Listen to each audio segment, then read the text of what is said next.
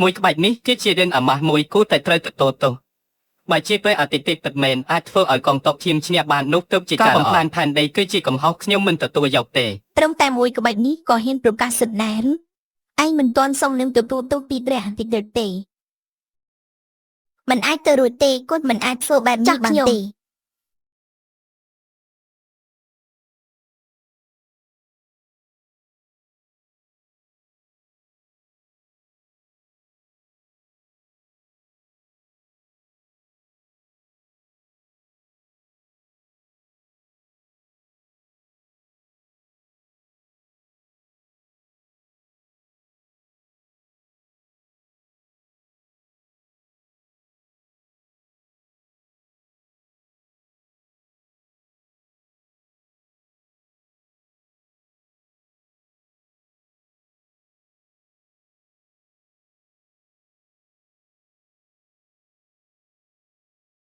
ព្រះអាទិទេពនឹងដាក់ទោសឯង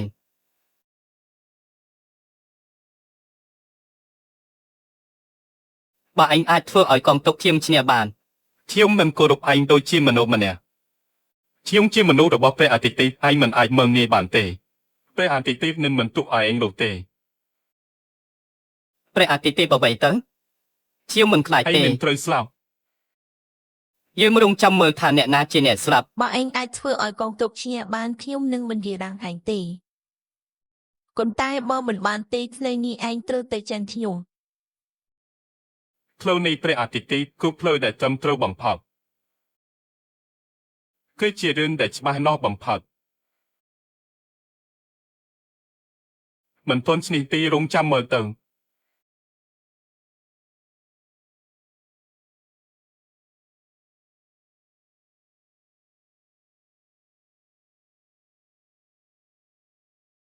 ឈប់សិនកុំទុកឈ្នះអ្វីទៅឯងធ្វើឲ្យខ្ញុំខឹងខ្លាំងណាស់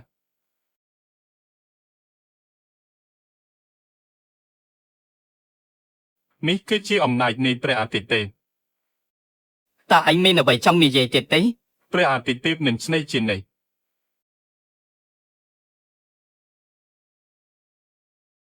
ឯងគិតថាឯងជានរណាព្រះអាទិទេពមែនទេព្រះអាទិទេពក៏ត្រូវតែគោរពតាមច្បាប់ដែរពិតមែនទេ